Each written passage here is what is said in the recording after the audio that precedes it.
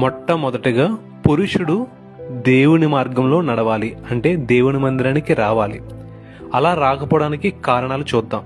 మొదటి కారణం ఏంటంటే జారస్త్రీ లేదా పరస్త్రీ వ్యామోహంలో ఉండడం. సొంత స్త్రీని భార్యని కాకుండా వేరే స్త్రీలకు అలవాటు పడడం. సామెతల గ్రంథం 7:25. ఇది చాటింగ్ రూపంలో అయినా అవ్వచ్చు. రెండవ కారణం ఏంటంటే ఇది త్రాగుడు మార్గం. త్రాగుడు అలవాటు లేదా ఏదైనా వ్యసనం ఉన్న వ్యక్తి దేవుని మందిరంలో కూర్చోలేడు. సామెతల గ్రంథం 31:4. మూడేది ఏంటంటే డబ్బు. తన గుండె ఎప్పుడు డబ్బు డబ్బు డబ్బు అని కొట్టుకుంటుంది.